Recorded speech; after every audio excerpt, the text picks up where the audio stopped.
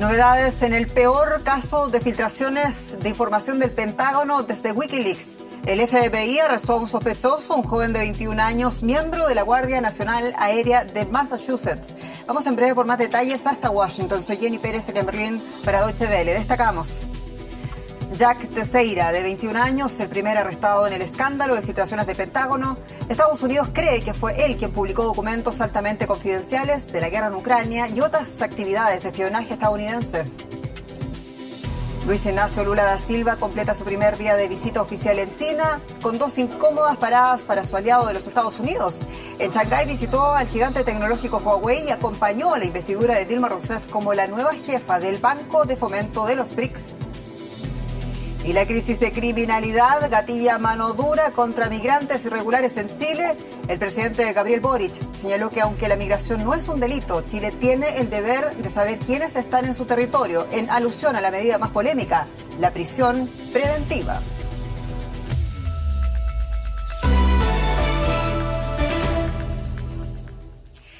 El FBI anunció que ha detenido a un sospechoso de la filtración de documentos secretos del Pentágono en relación con la guerra de Ucrania. Se trata de Jack Teixeira, de 21 años y miembro de la Guardia Nacional Aérea de Massachusetts.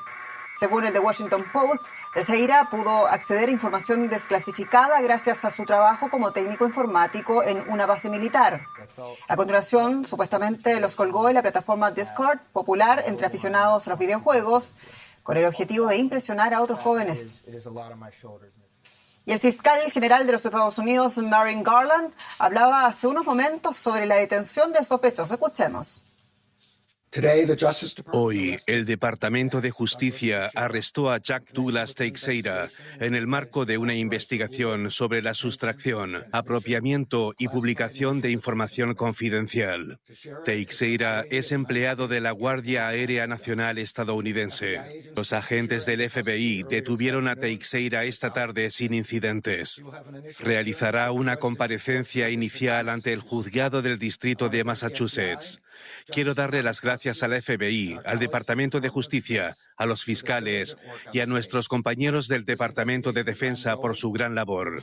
Facilitaremos más información cuando proceda. Muchas gracias. Es una noticia en desarrollo que queremos poner en perspectiva desde Washington con nuestra corresponsal Carolina Chimoy. Saludos, Carolina. ¿Qué más ha trascendido sobre el hasta ahora único detenido por las revelaciones más comprometedoras desde Wikileaks? Bueno, sabemos que esta persona que se hacía llamar OG en la plataforma Discord creó un chat en esta plataforma de aproximadamente 20 personas, sobre todo hombres jóvenes.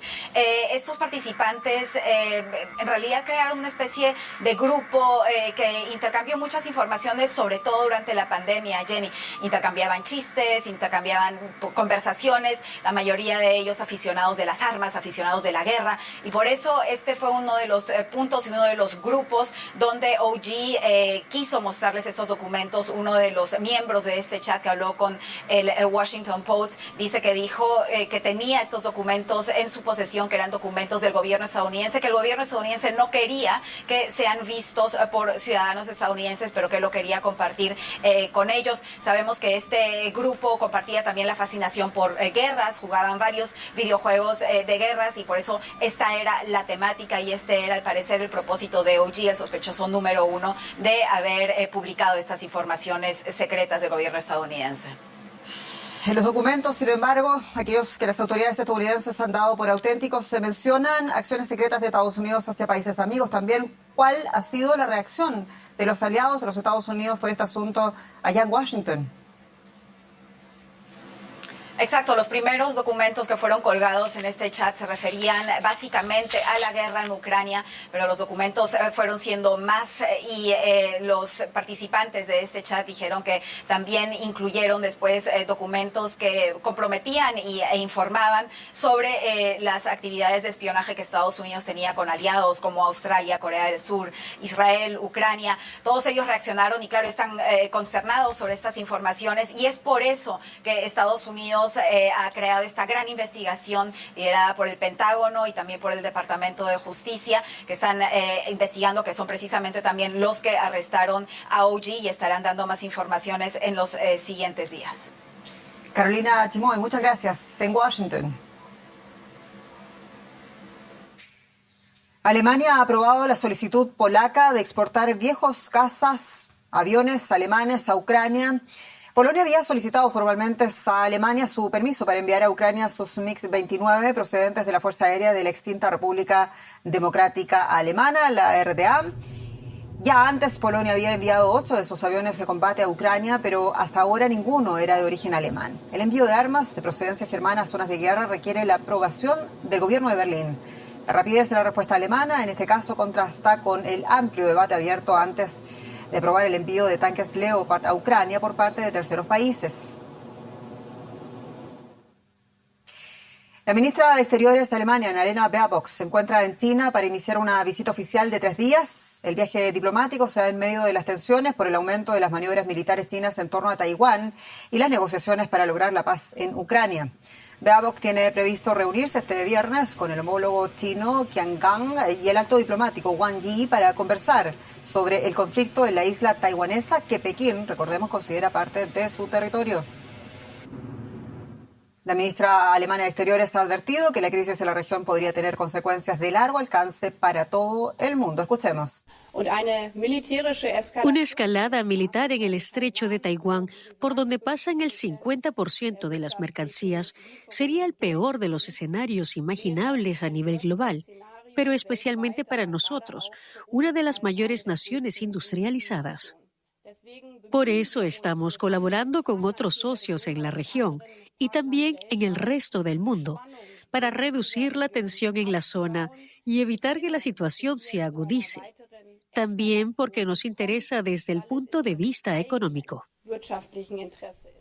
Las visitas consecutivas de líderes europeos a China no son una coincidencia, sino que parecen surgir de cálculos estratégicos y de la necesidad de mejorar las relaciones bilaterales o por lo menos de adaptarse al nuevo contexto con una, vamos a llamarla, ofensiva diplomática europea.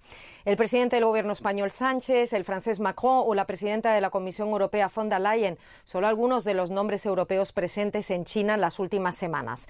La unidad europea está en juego, sobre todo después de que el presidente francés Macron provocara irritación con sus comentarios sobre Taiwán, dando a entender que en caso de conflicto militar entre China y Taiwán, la Unión Europea debía mantenerse al margen. Ahora es la ministra de Exteriores alemana, Annalena Baerbock, quien está en China y su postura se diferencia y mucho de la de Macron. Baerbock es más crítica y contundente en su retórica, aunque con matices. Abiertamente ha expresado que con su visita quiere tener una idea más clara del rumbo que están tomando los dirigentes chinos en lo que respecta al control político y la apertura económica del país. Baerbock quiere reducir dependencias unilaterales en tecnologías clave. También ha dicho que la guerra en Ucrania tiene máxima prioridad en su agenda y recuerda que como miembro permanente del Consejo de Seguridad de la ONU, China tiene una responsabilidad especial en la paz mundial. El papel que China asuma con su influencia sobre Rusia tendrá consecuencias para toda Europa y para nuestra relación con China, ha dicho Baerbock. Y a todo esto, el presidente de Brasil, Luis Ignacio Lula da Silva, también se encuentra en China. Asistió este jueves a la toma de posesión de Dilma Rousseff en Shanghái como nueva jefa del Banco de Fomento de los BRICS, foro que Brasil integra, recordemos, junto a Rusia, a China, a India y Sudáfrica.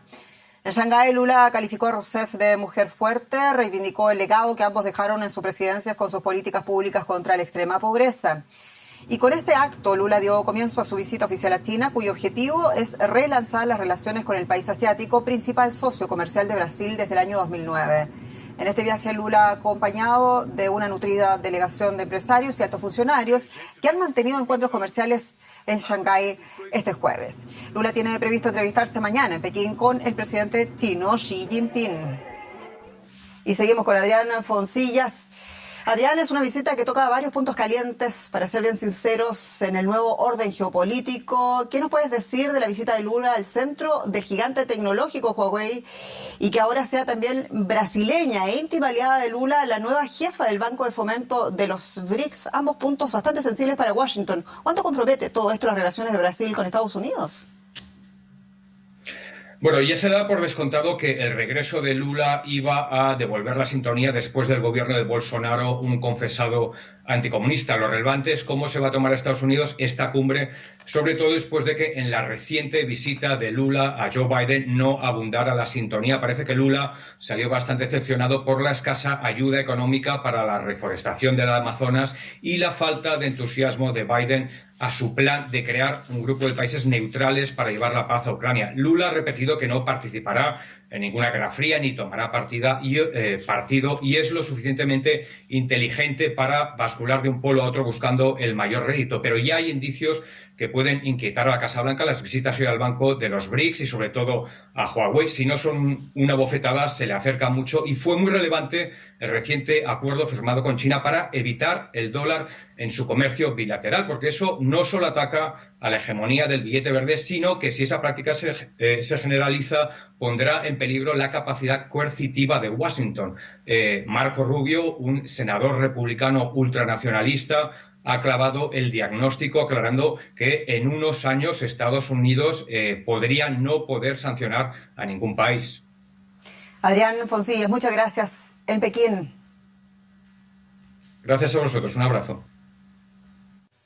Y vamos a cambiar totalmente de asunto, de foco, vamos a hablar de economía y una mirada también a la región, a nuestra región de emisión. Rosa Casals, bienvenida. ¿Qué tal, Jenny? Una mirada no muy halagüeña, la verdad. En sus proyecciones para América Latina y el Caribe, el Fondo Monetario Internacional prevé una importante desaceleración del crecimiento en la región para este año. Del 4% en 2022 a apenas un 1,6%, muy por debajo del 3% de crecimiento que se espera a nivel global. Lo que más preocupa al organismo es la inflación, que tras alcanzar un máximo de 10% en 2022 se ha desacelerado a 7% en marzo en las principales economías latinoamericanas. Sin embargo, la subyacente, que excluye alimentos y energía, parece haberse estancado y se sitúa muy por encima del nivel fijado como meta.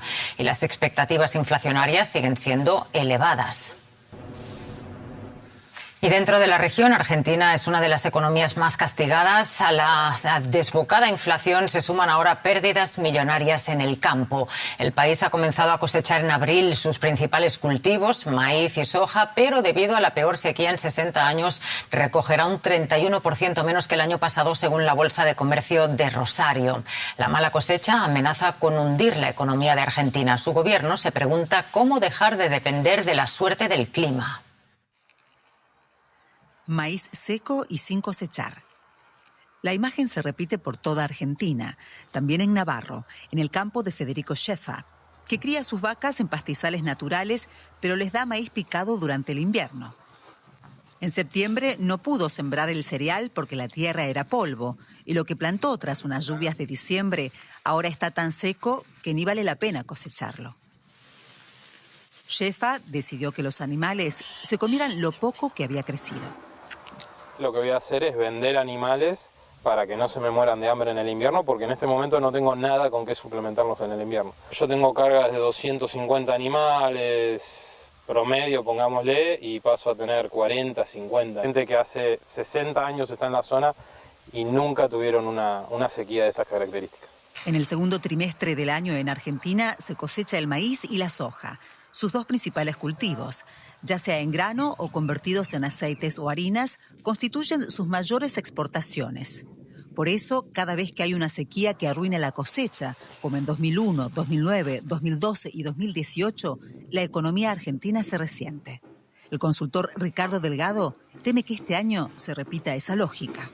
Preveíamos un crecimiento económico para este año previo al impacto de la gran sequía sobre las cuentas públicas y cuentas externas de la Argentina del orden del 1,5%.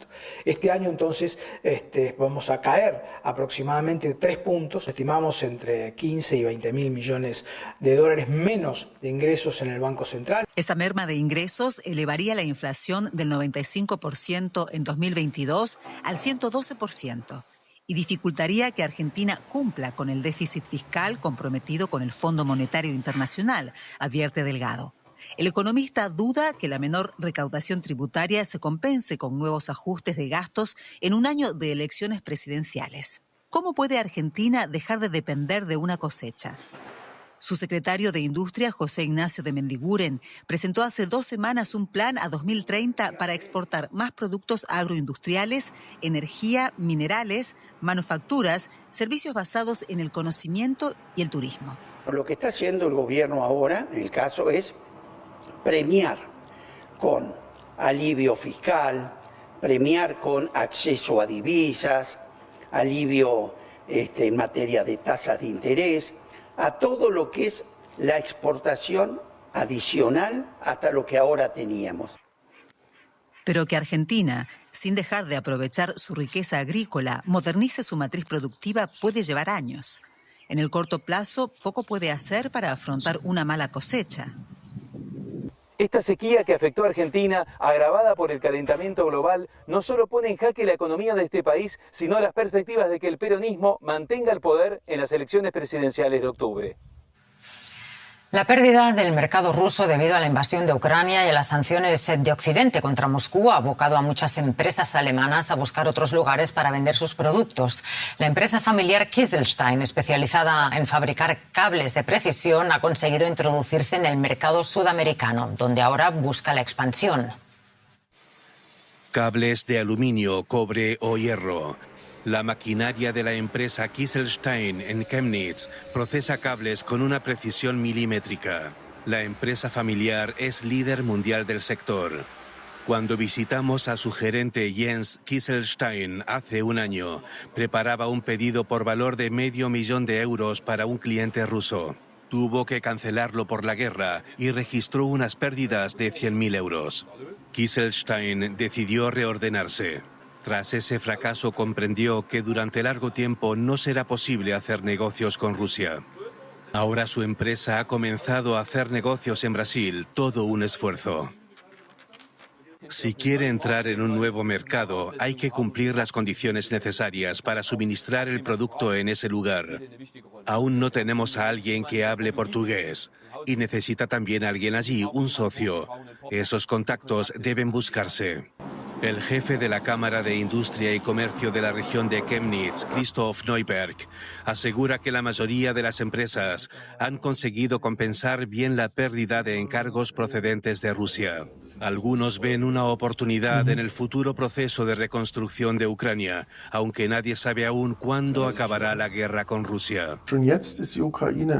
Ucrania resulta actualmente muy interesante porque se envía ciertamente mucha ayuda financiera occidental para su reconstrucción, ya sea para la construcción, para reparar las infraestructuras dañadas o para mejorarlas. Pero también en el sector sanitario u otras áreas se están produciendo inversiones muy apreciables. Para el especialista Kieselstein, Ucrania resulta interesante ya que la reconstrucción comenzará en cualquier momento. Para eso serán necesarias cantidades ingentes de cables. Hace falta solamente una paz estable y ordenada. Resulta especialmente interesante el este de Ucrania, donde más se combate ahora. Allí se encuentran las materias primas y las empresas que aprovechan nuestros productos. Jens Kieselstein no tiene intención de enviar allí a ninguno de sus 45 empleados mientras haya guerra. Por ahora se concentra en Sudamérica. Haber obtenido allí rápidamente los primeros contratos ha supuesto también un golpe de suerte. Y vamos con otras noticias, Jenny, de política. Damos un salto muy grande en el mapa, Rosa. El presidente de Chile, Gabriel Boric, salió este jueves al paso tras la polémica desatada en el país por el criterio de la Fiscalía Nacional de pedir prisión preventiva para todo extranjero indocumentado. Según el mandatario, la migración no es un delito, pero el país tiene el derecho y el deber de saber quiénes están en su territorio. La propuesta de la Fiscalía llega tras la aprobación de la ley Naim Retamal, que amplía la libertad de acción a la policía chilena en el uso de las armas y le otorga una legítima defensa privilegiada. Contra la normativa aprobada en medio de la actual crisis de seguridad que atraviesa el país, ya se han registrado protestas en el centro de Santiago. Chile y probablemente su mayor desafío en materia de seguridad. Ampliamos desde Santiago de Chile con quien ven, con Mirna Schindler, quien es periodista investigativa de radio y televisión, parte además del equipo del diario digital El Mostrador. Mirna, muchos saludos, muchas gracias y bienvenida. Gracias a ti, buenas noches a todos por allá. Mira, ¿cuánto complica a la coalición de gobierno que el presidente Boric defienda la prisión preventiva para migrantes que no tengan un documento chileno?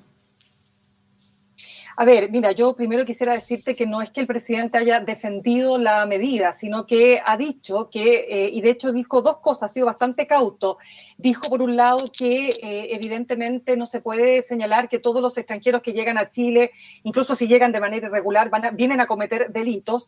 Pero por otro lado, también ha señalado que hay que tener mucha precaución respecto del uso de esta que es, sabemos, ¿no es cierto?, desde el punto de vista judicial, la medida más gravosa.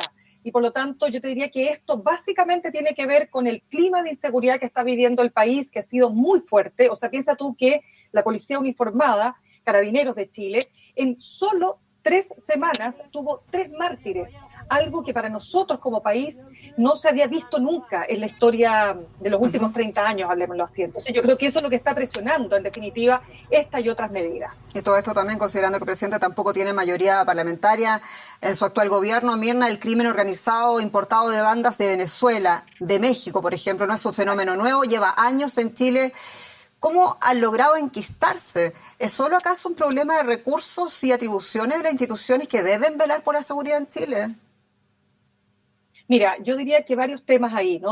Uno de las organizaciones criminales más feroces de la región, sabemos que proviene de Venezuela, es el llamado Tren de Aragua, cuyo principal propósito, tú sabes, desde el punto de vista del crimen organizado, es el tráfico de migrantes y luego el tema del narcotráfico como segundo punto. Bueno, esa organización que tiene prácticas terribles, brutales, de verdad, formas de accionar delictual, te vuelvo a decir que nosotros en Chile al menos no habíamos visto y no estamos acostumbrados al sicariato, no estábamos, hablo en pasado, no estábamos acostumbrados al secuestro, etcétera, ¿no? A la tortura de personas prisioneras para luego ser asesinadas. Son, insisto, situaciones que son muy nuevas para nuestro país y yo te diría que esencialmente las policías no estaban preparadas, mucho menos en el norte del país, donde esto ha sido más extensivo por la cercanía entre Perú y con Bolivia. Nuestras policías no estaban preparadas también para enfrentar este nivel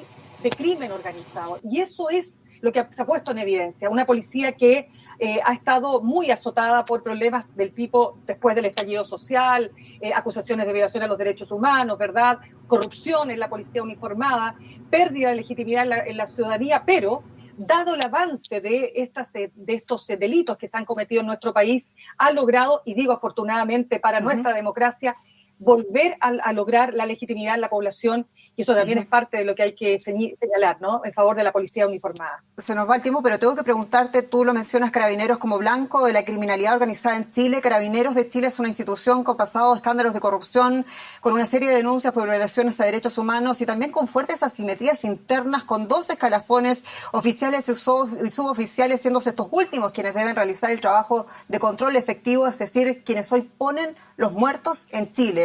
Y aquí la pregunta, en medio de toda esta crisis, Mirna, ¿se está haciendo una reflexión política acerca de cómo funciona internamente Carabineros, de cómo son destinados los nuevos recursos?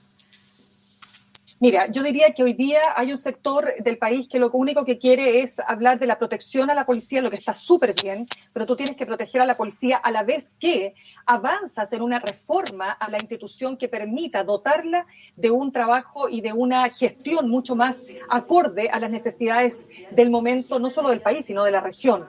Ahí está puesta, yo diría, la atención principal. Y solo para señalarte, hay un sitio de investigación en Chile que se llama ciperchile.cl, donde hoy aparece un reportaje donde hablan una serie de suboficiales de Carabineros off the record, pero que dan cuenta de los tremendos problemas que enfrentan ellos en su combate cotidiano con la delincuencia.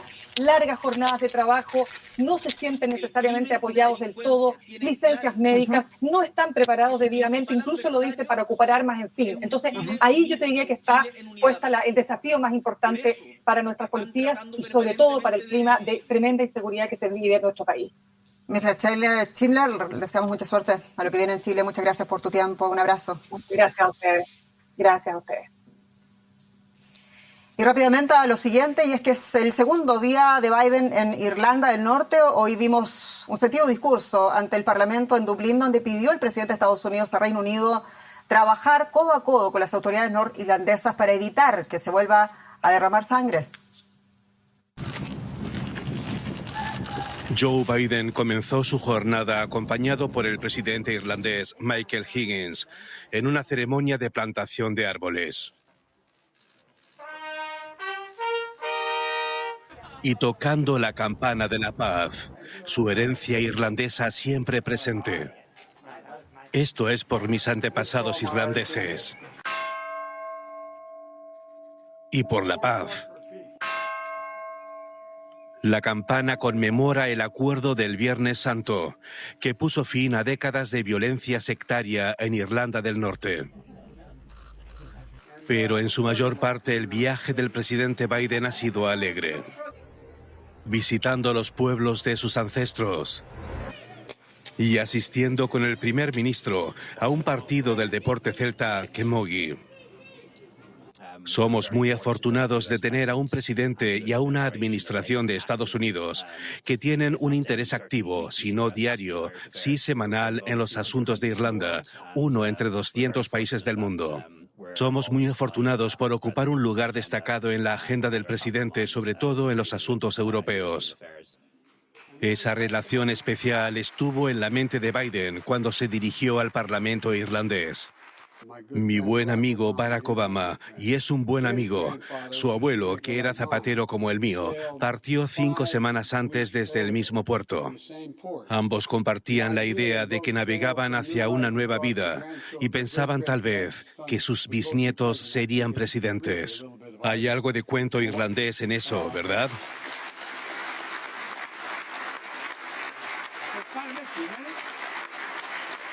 Con Biden aspirando a un segundo mandato, el mensaje caerá bien a los 31 millones de estadounidenses que afirman tener ascendencia irlandesa. Aunque haya estado dirigido a los votantes irlandeses de Estados Unidos, eso no quita lo genuino de su discurso y sus sentimientos. En el último día de su gira, Biden se reunirá con parientes lejanos, visitará un santuario católico y pronunciará un discurso en Ballina, el pueblo de sus ancestros. Y aquí nos despedimos. Muchas gracias por su sintonía. Soy Jenny Pérez, esto es Deutsche Welle para ustedes desde Berlín. Hasta pronto.